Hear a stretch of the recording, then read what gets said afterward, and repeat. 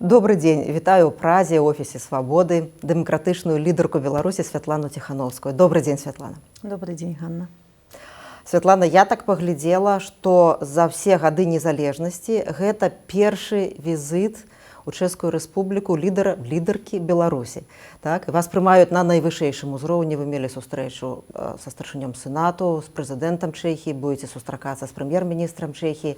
Ну і найперш хацела запытацца пра практычныя вынікі гэтых сустрэчаў. Што рэальна чым рэальна яны могуць дапамагчы беларусам у Беларусі вот у гэтай сітуацыі, калі беспрэцэдэнтны гвалт? Ну, на самом деле у меня достаточно много встреч не только с руководством, но и с другими организациями, потому что мы ставим перед собой несколько задач. Прежде всего, для того, чтобы поскорее решить кризис в Беларуси, нам необходимо давление на режим, и это задача руководства страны, то есть это санкции, это политическая изоляция, экономическая изоляция. Об этом нужно говорить с правительством, с президентом. И тут мы встретили в Чехии абсолютную поддержку, и мы знаем, что с самого начала чешское правительство поддерживало нас. Другой уровень — это поддержка гражданскому сообществу, потому что разрушают медиаресурсы, необходима поддержка политзаключенным, оплата адвокатам, необходима поддержка страйкующим сейчас и всем группам населения. То есть это такая помощь гражданскому сообществу, об этом тоже надо разговаривать, это тоже нужно проводить много встреч, чтобы объяснять, кому надо, что надо, зачем надо. И третий пункт — это справедливость. Говорить о универсальной юрисдикции, о том, как можно помочь политзаключенным, как можно отправить миссию в белорусские тюрьмы, чтобы посмотреть, как содержатся политзаключенные. И это требует очень много времени, очень много сил, и поэтому график очень плотный. А еще, конечно, моя любимая часть каждой поездки — это встреча с белорусскими диаспорами. Очень большой, для меня лично играет большую роль, вдохновляет меня. Я вижу белорусов. В Чехии непосредственно я встречалась с первыми жертвами того ада, который Лукашенко учинил в Беларуси. Чехия приняла их на реабилитацию. И вы знаете, что люди рассказывали свои истории, столько месяцев прошло, а люди не могут слез держать. То есть то, что с ними произошло, уже никогда с их памяти не стереть, и они каждый раз это переживают заново. И больно на это очень смотреть, и ты еще раз понимаешь, зачем это все, зачем ты борешься, почему против режима, и дает энергию. Вас у свеце по-рознаму называюць часам лідарка беларускай апазіцыі, што, напэўна, не зусім слушна. Часта да вас звяртаюцца пані прэзідэнтка. Я б сказала, што яшчэ вельмі важны ваш статус, вы жонка палітвязня. Больш за год. Як сотні жонак і мужоў палітвязняў, палітзняволеных у Беларусі. Скажыце, як гэты статус, гэтае адчуванне штодзённае уплывае на то, як вы прымаеце рашэнні і як вы іх не прымаеце, напрыклад?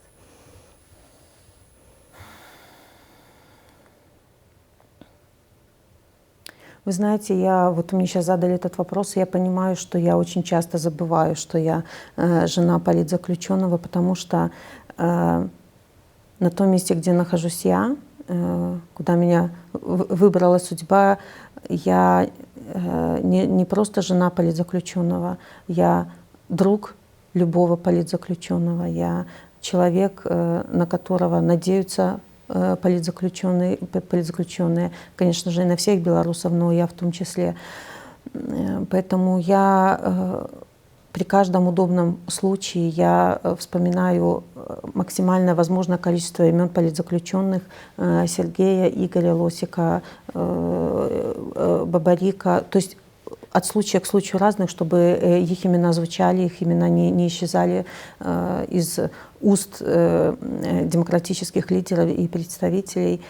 Вот. Но я как-то, знаете, вот вы меня в ступор, если честно, ввели, потому что никогда не думала о себе только как о жене политзаключенного. Это,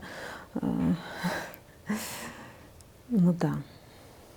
Вы апошні раз з Сергеем размаўлялі пасля той сустрэчы ў СІЗА КДБ, калі Лукашенко прывёў сябе на сустрэчу палітзняволеных, тады ён сказаў больш жорстка дзейнічаць. Ці нейкія весткі ад мужа, самыя апошнія, якія былі, што ён раіць вам цяпер, ну, ситуацию он ведает в Украине в большей или меньшей ступени? Да, вы знаете, учитывая, что нарушена всякая адвокатская тайна, и понятно, что все встречи между адвокатами и политзаключенными записываются, к сожалению, то передавать каких-то инструкций либо пожеланий не получается. Единственное, что из последнего он сказал: я буду сидеть столько, сколько позволит мне белорусский народ, потому что именно народ является источником власти. И я это везде передаю, чтобы люди это слышали. Теперь в Беларуси активно обмярковывается навіна про то, что нібыта палітзняволеным многим пропонуют написать прошение Лукашенку о помиловании, и тады яны нібыта атрымаюць амністыю. І некаторыя людзі кажуць, што трэба пісаць, гэта не важна, больш важна выйсці хутка. Як вот гэта складанае пытанне, шмат гадоў, это практыка такая ўжо звыклая для беларускіх уладаў, многіх прымушалі такія прашэнні пісаць. Якое ваше стаўленне? Пісаць, не пісаць, каму пісаць? Як ставіцца потым для тых, хто пісаў? Вы знаете, осуждать точно никого нельзя. Никто не знает жизненных обстоятельств человека конкретного, как он выдерживает давление психологическое и физическое в местах лишения свободы. Поэтому это дело за каждым человеком. Но я призываю не осуждать никого. Даже если человек напишет, мы не знаем обстоятельств. Поэтому не критиковать, не говорить ни о каком предательстве. Так нельзя, нужно ставить горой за каждого человека. Але дакладна вядома, што Сергей не будзе такое пісаць. Вы згадалі пра дапамогу журналістам. Падчас вашых сустрэчаў неаднойчы ўрады розных краінаў, прадстаўнікі міжнародных арганізацый казалі пра дапамогу журналістам незалежных СМІ, якія спазнаюць вялікія рэпрэсіі. Вельмі шмат журналістаў за кратамі страчваюць працу. Ці даходзяць да адресату гэтая дапамога? Бо многія журналісты ў Беларусі сапраўды маюць патрэбу ў ёй. Бо дэкларацыямі ёсць, можа, падтрымка па-за межамі Беларусі. Ці вядома вам пра ці гэта толькі заявы, ці гэта яшчэ яны на ўзроўні рэалізацыі, ці ідзе эта дапамога да журналістаў, якім она патрэбная? Ну, вы знаете, я на самом деле не знаю весь механизм передачи этой помощи. У меня такая, наверное, макрозадача все-таки эту помощь запрашивать, и дело каждого правительства убеждать, насколько это необходимо. Но учитывая, что и Белсат существует, и вот сейчас Тутбай вынужден был выехать, и мы очень надеемся, что найдется та спонсорская помощь, которая поможет им выстоять этот тяжелый период и запуститься заново. Также наверняка оказывается поддержка блогерам, YouTube-блогерам, либо телеграм-каналам, чтобы освещать события в Беларуси. Я не знаю путь, который проходит от этой организации до адресата, но учитывая, что все вещают как могут, то наверняка какая-то помощь есть. Я хотела паговорыць пра стратэгію перамогі, якая была абвешчана ў лютым. І меркавалася, што ў траўні могуць пачацца перамовы пра новыя выбары, яшчэ больш жорсткія рэпрэсіі. Цяпер пасля інцыдэнту з самалётам санкцыі наперадзе, і вы заклікаеце да санкцый. Ці вось гэты інцыдэнт з самалётам, з прымусовай пасадкай самалёту нейкім чынам скарэктаваў гэтую стратэгію, на якой стадыі цяпер гэтая ваша мэта, на якой стадыі набліжэння да гэтай мэты, перамовы пра новыя выбары і ці санкцыі не супярэчаць гэтаму? Ну, план, он же на самом деле предполагал конкретные шаги, значит, переговоры и новые выборы. Да? У нас была цель провести эти переговоры в мае, но мы видели, что недостаточно давления на режим, и как-то Европейский Союз немножечко притормозил, потому что с декабря не было никаких новых санкций, никаких конференций, круглых столов по Беларуси. То есть потихонечку начинала, несмотря на наши усилия, потому что было, ну, немного, конечно, визитов, потому что ковид вносит свои коррективы, в мире не так относятся к этому, как в Беларуси, все очень серьезно. Чтобы сохранять Беларусь на повестке дня, нужно встречаться, нужно напоминать, нужно ездить. Так уж работает этот мир. И мы видели, что было недостаточно давления со стороны демократических стран.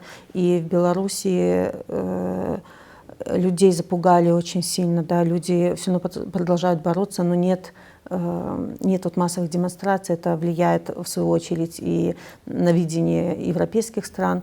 Вот. И в мае не случилось то, чего мы так хотели, несмотря на самоотверженность белорусов и на нашу работу.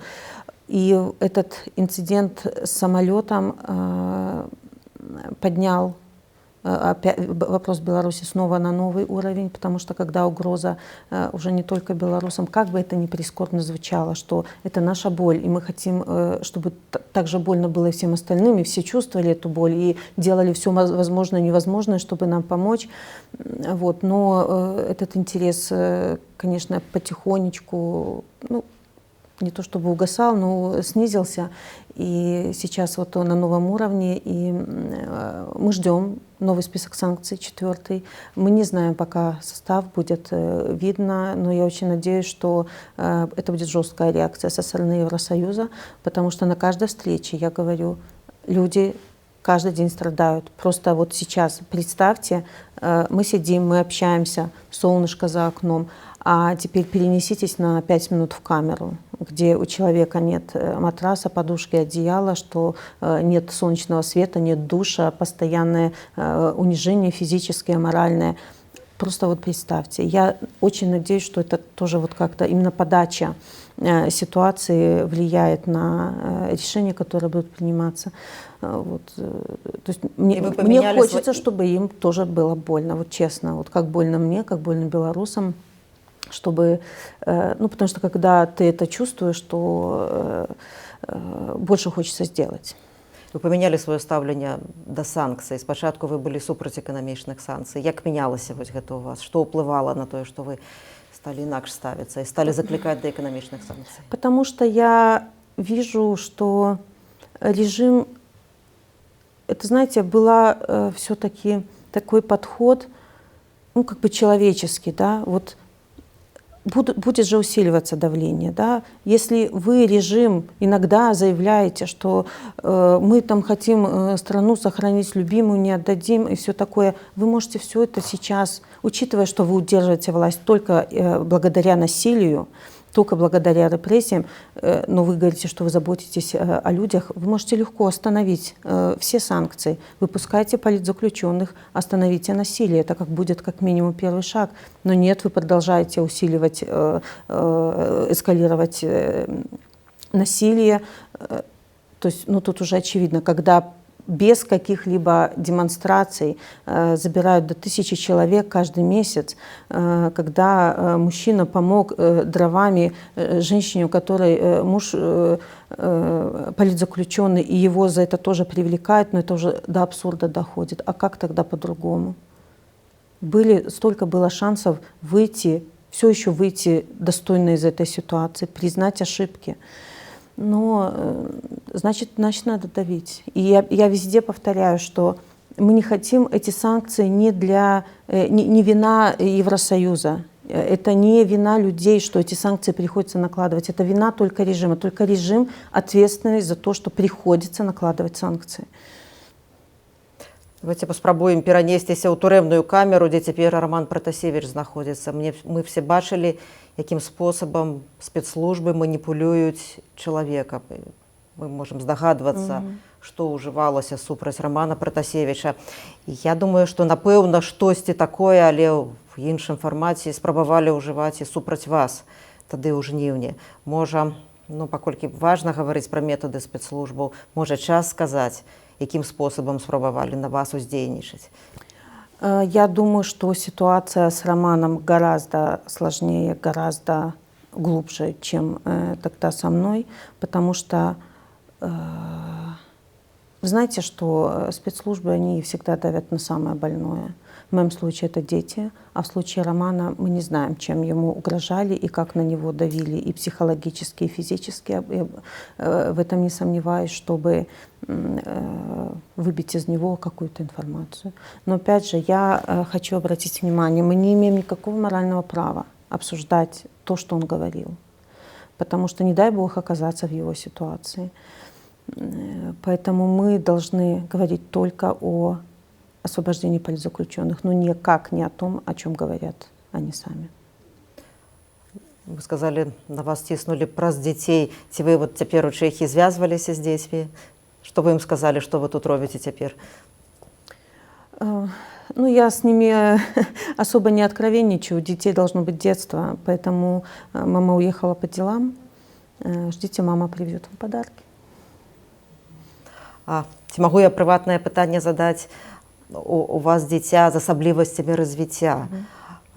І шмат беларусаў з вялікай павагай, з вялікай сімпатыяй ставяцца да вас, што вы ў такі складаны час взялі на сябе велізарную адказнасць, штодзённую адказнасць і маючы дзіця, якое патрабуе штодня таксама вашай увагі. Як вы спраўляецеся? Ну, вы знаете, я вот когда меня начинают пропагандистские телеканалы и всякие блогеры оскорблять борщеварка и там котлеты эти жарь, потому что я была домохозяйкой, да, я была домохозяйкой не потому, что я не хотела работать или у меня не было каких-то амбиций, потому что я вынуждена была быть дома и реабилитировать своего ребенка. Об этом поначалу я вообще не рассказывала, чтобы не вызывать жалость какую-то к себе, потому что на самом деле жалеть-то не за что. Так получилось, что ребенку нужно особое внимание, и я вся выложилась за эти 10 лет. И сейчас мой ребенок ведет обычную жизнь, ему не нужно каждодневное занятие, поэтому то есть, вот эту свою миссию я выполнила на все 10 баллов. И сейчас вот все хорошо у моего ребенка, спасибо. Я ведаю, што многія жанчыны, напрыклад, там акторка купалаўскага тэатру Ганна Хітрык з'ехала ў Ізраіль праз тое, што ў Беларусі такое складанае, не вельмі добрае стаўленне для дзяцей з асаблівасцямі развіцця. У Ізраілі зусім інакш яны сябе адчулі. Ці ёсць розніца ў Літве, дзе цяпер дзеці вашы, і ў Беларусі да таго, як соцыум, як дзяржава ставілася?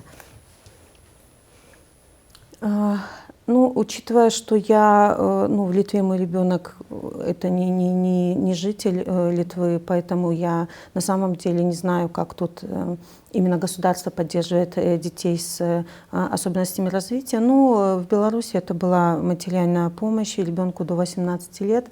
Она была небольшая, но... И она у вас у декларации навод была. Да, и сейчас ее заблокировали мне карточку, то есть я никакой помощи не получаю, даже... Ну, я с этих денег платила за жилье, вот. Но это не важно. А какая эта сумма была? По-моему, 230 рублей. Вот. Ну, небольшая, но вы знаете, у меня тоже был такой, наверное, рабский менталитет, спасибо хоть за это. Ну, вот так вот я думала, что это что-то, государство же помогает, да, это то, что нам всегда говорилось, благодарите за то, что вы имеете. Ну, вот как-то я... Вот Сергей у меня более такой конкретный, вот, поэтому не могу сравнить, но именно человеческое отношение, опять же, от человека зависит. В школе в Беларуси абсолютно замечательно относились к моему ребенку. У нас была замечательная учительница, точно так же, как и здесь. Поэтому каких-то особого внимания к моему ребенку нигде не было. Ну, в негативном плане, я имею в виду. Я ведаю ваш графік тут, то ён такі шчыльны. Кожную гадзіну новая сустрэча, все на хвілінку, да хвілінкі распісана. Я так разумею, што гэта са жніўня амаль кожны дзень так адбываецца, так? Я хочу запытаць, як вы гэта вытрымліваеце? Ну, я бачыла учора не лодачкі у вас былі ўжо красоўкі, так? Ну, што вельмі прыгожа. Але што дапамагае ў такім тэмпе працаваць з раніцы да вечара? Вы знаете, Ганна, иногда не хочется вообще ничего. Иногда настолько устаешь, что, кажется, все. И опять же, ты возвращаешься мыслями в тюремную камеру. И именно это поднимает тебя утром, именно это придает тебе сил. И ты понимаешь, что белорусам, которые остались в Беларуси, еще тяжелее. У тебя просто нет права сейчас говорить, что ты устала. И ты идешь дальше, и работа, и дети, это не важно. Сейчас нужно мобилизировать все свои силы и забыть о каких-то своих желаниях, об отдыхе. Это сейчас абсолютно никакой роли не играет, потому что день для тебя и день для тех, кто в тюрьме, это абсолютно разные дни. Поэтому ты должен жить тем днем, каким живут заключенные, чтобы понимать, как тебе очень хочется оттуда выйти и делать все возможное, чтобы это быстрее случилось. Дзякуй вялікі. Гэта была дэмакратычная лідарка Беларусі і жонка палітвязня Святлана Ціхановская. Дзякуй вам вялікі. Дякую.